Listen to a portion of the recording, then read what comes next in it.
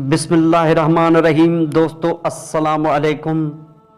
حضرت ایوب علیہ السلام رومی نسل سے تھے اور ان کا نسب نامہ حضرت ابراہیم علیہ السلام سے ملتا ہے۔ ارشاد باری تعالی ہے، اور اس ابراہیم کے اولاد میں سے داؤد اور سلیمان اور ایوب اور یوسف اور موسیٰ اور ہارون ہیں۔ آپ ان انبیاء کرام میں شامل ہیں جن کا نام لے کر ان پر وحی نازل ہونے کا ذکر کیا گیا ہے۔ اللہ پاک کا ارشاد ہے، ہم نے آپ کی طرف اسی طرح وحی بھیجی ہے اے محمد صلی اللہ علیہ وآلہ وسلم، جس طرح نوح اور ان سے پچھلے پیغمبروں کی طرف بھیجی تھی، اور ابراہیم اور اسماعیل اور اسحاق اور یعقوب اور اولاد یعقوب اور عیسیٰ اور ایوب کی طرف وحی بھیجی۔ آپ علیہ السلام ایک صابر اور شاکر نبی تھے جنہوں نے لمبی مدت تک بیماری، آل اولاد کی ہلاکت اور مال و متاع کے چھن جانے پر صبر کیا، اور دوبارہ انعامات ربانی حاصل ہونے پر شکر گزاری کی۔ حضرت ایوب علیہ السلام کے پاس ہر قسم کا مال موجود تھا، مثلاً غلام اور مال مویشی، اور شام کے علاقے میں وسیع اراضی کے قطعات بھی تھے۔ اس کے علاوہ بیویاں اور بہت سے بچے بھی تھے۔ آپ علیہ السلام سے یہ سب کچھ چھن گیا اور آپ کو سخت آزمائش سے دوچار کر دیا گیا۔ آپ نے اس پر بھی اللہ پاک کی رضا کے لیے صبر کیا اور دن رات صبح شام اللہ کا ذکر کرتے رہے۔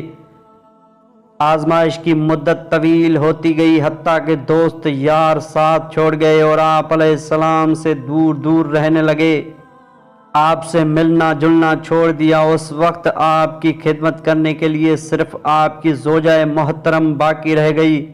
انہوں نے آپ کی گزشتہ احسانات اور شفقت کو فراموش نہ کیا اور ان کی خدمت میں حاضر ہو کر ان کی ضروریات پوری فرماتی، یہاں تک کہ قضاء حاجت میں بھی مدد دیتی۔ آہستہ آہستہ ان کا مال ختم ہو گیا اور آپ علیہ السلام کی غذا اور دوا کا بندوبست کرنے کے لیے اجرت پر دوسروں کے کام کرنے لگی۔ انہوں نے مال اور اولاد کی دوری پر بھی صبر کیا اور خاوند پر آنے والی مصیبت میں بڑے صبر سے کام لیا۔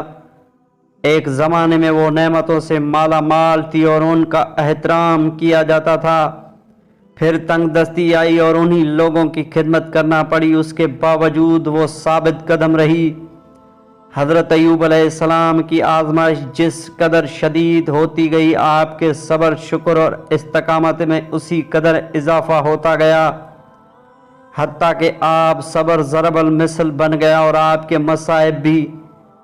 صدیق رحمۃ اللہ علیہ تفسیر ابن کثیر میں سورہ انبیاء آیت نمبر 84 کی تفسیر بیان کرتے ہوئے فرماتے ہیں کہ حضرت ایوب علیہ السلام کے جسم سے گوشت جھڑ گیا تھا، صرف ہڈیاں اور پٹھے باقی رہ گئے تھے۔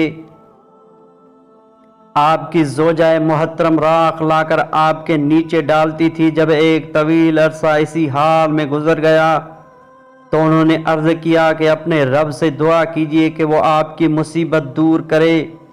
آپ علیہ السلام نے فرمایا، میں نے 70 سال صحت کی حالت میں گزارے ہیں، تو کیا مجھے اللہ کے لیے 70 سال صبر نہیں کرنا چاہیے؟ بہرحال دن گزرتے رہے اور ان کی خدمت گزار اور وفا شعار بیوی کے لیے بھی حالات کٹھن سے کٹھن تر ہوتے جا رہے تھے، اور خود حضرت ایوب علیہ السلام کی خواہش اور اقارب بھی ان کی سخت آزمائش اور بیماری وغیرہ دیکھ کر ان سے سخت بیگانگی برتنے لگے، جو حضرت ایوب علیہ السلام پر بہت تکلیف دہ گزری۔ بالآخر وہ بارگاہ الہی میں خوب گڑ گڑائے اور صحت شفا کی دعا کی۔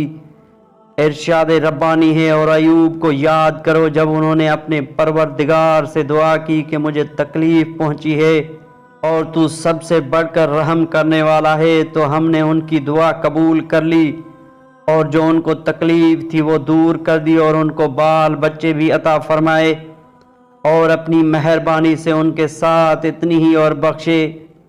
اور عبادت کرنے والوں کے لیے یہ نصیحت ہے۔ دوسرے مقام پر ارشاد فرمایا، اور ہمارے بندے ایوب کو یاد کرو جب انہوں نے اپنے رب کو پکارا کہ اے اللہ، شیطان نے مجھ کو ایذا اور تکلیف دے رکھی ہے، ہم نے کہا کہ زمین پر لات مارو، دیکھو یہ چشمہ نکل آیا ہے، نہانے کو ٹھنڈا اور پینے کو شیریں، اور ہم نے ان کو اہل عیال اور ان کے ساتھ اتنی ہی اور بخشے۔ یہ ہماری طرف سے رحمت اور عقل والوں کے لیے نصیحت تھی۔ اور اپنے ہاتھ میں جھاڑو لو، پھر اس سے مارو اور قسم نہ توڑو، بے شک ہم نے اس صبر کرنے والا پایا، وہ بہت خوب بندہ تھا، بے شک وہ بہت رجوع کرنے والا تھا۔ اللہ تعالیٰ نے حضرت ایوب علیہ السلام کی دعا قبول فرمائی اور چشمہ صافی سے غسل کرنے کا حکم دیا۔ اللہ تعالیٰ نے حضرت ایوب علیہ السلام کو جنت کا لباس پہنا دیا، اور آپ علیہ السلام صحت مند ہو کر جنتی لباس پہن کر ایک طرف بیٹھ گئے۔ آپ کی زوجہ محترم آئی تو پہچان نہ سکی، بولے اللہ کے بندے، یہاں جو بیمار تھا وہ کہاں گیا؟ کہیں اسے بھیڑیے تو نہیں اٹھا کر لے گئے؟ انہوں نے اس طرح کی باتیں کی تو آپ نے فرمایا تیرا بھلا ہو، میں ہی ہوں ایوب۔ انہوں نے کہا مجھ سے کیوں ٹھٹھان کر رہے ہو؟ آپ نے فرمایا تیرا بھلا ہو، میں ہی ایوب ہوں، اللہ نے مجھے میرا صحیح جسم دوبارہ دے دیا ہے۔ اللہ پاک نے آپ کی طرف وحی نازل فرمائی کہ میں نے تجھے تیرے اہل اور مال دوبارہ دے دیے ہیں، اور ساتھ اتنے ہی دے دیے ہیں، اب اس پانی سے غسل کر لے، تجھے شفا ہو جائے گی، اور اپنے ساتھیوں کی طرف سے قربانی پیش کر اور ان کی مغفرت کی دعا کر، کیونکہ انہوں نے تیرے معاملے میں میری نافرمانی کی ہے۔ حضرت ایوب علیہ السلام غسل فرما رہے تھے کہ سونے کی ٹڈیوں کا ایک جھنڈ آپ پر آ گرا، اور وہ مٹھیاں بھر بھر کر کپڑے میں ڈالنے لگے۔ اللہ عز و جل نے آواز دی، ایوب کیا میں نے تجھے اس سے مستغنی نہیں کر دیا تھا جو دیکھ رہا ہے؟ انہوں نے عرض کیا جی ہاں یا رب، لیکن میں تیری برکت سے مستغنی نہیں ہو سکتا۔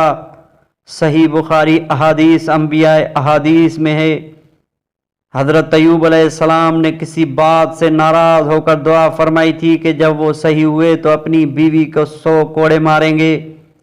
اللہ پاک نے فرمایا کہ وہ کوڑے نہ مارے مگر اپنی قسم پوری کرے، اور 100 شاخوں والی ٹہنی لے کر مارنے سے قسم پوری ہو جائے گی۔ یہ ایک خصوصی رعایت تھی اس بندے کے لیے جو تقوی اور اطاعت الہی پر پختہ رہا، اور اس خاتون کے لیے بھی جو اللہ کی رضا کے لیے نیکی کی راہ پر صبر اور استقامت سے قائم رہ کر تمام دکھ جھیلتی رہی، اللہ ان سے راضی ہو۔ ایک روایت ہے کہ اللہ پاک قیامت کے دن دولت مندوں پر حضرت سلیمان علیہ السلام کے ذریعے سے، غلاموں پر حضرت یوسف علیہ السلام کے، اور مصیبت زدوں پر حضرت ایوب علیہ السلام کے ذریعے سے اتمام حجت فرمائیں گے۔ حضرت ایوب علیہ السلام کی وفات کے وقت آپ نے اپنے بیٹے حمل کو اور ان کے بعد اپنے دوسرے بیٹے بشر بن ایوب کو اپنا جانشین مقرر فرمایا۔ بہت سے لوگ اسی کو ذوالکفل سمجھتے ہیں، جسے بعض حضرات نے نبی قرار دیا، واللہ علم۔ آپ احباب سے گزارش ہے کہ اس ویڈیو کو زیادہ سے زیادہ شیئر کریں، اپنا حصہ ڈالیں، جزاک اللہ۔ دیگر انبیاء کرام علیہ السلام کی مکمل قصے سننے کے لیے اس چینل کو سبسکرائب ضرور کر دیں۔ ویڈیو اچھی لگے تو کمنٹ میں رائے کا اظہار ضرور کر دینا۔ اللہ حافظ۔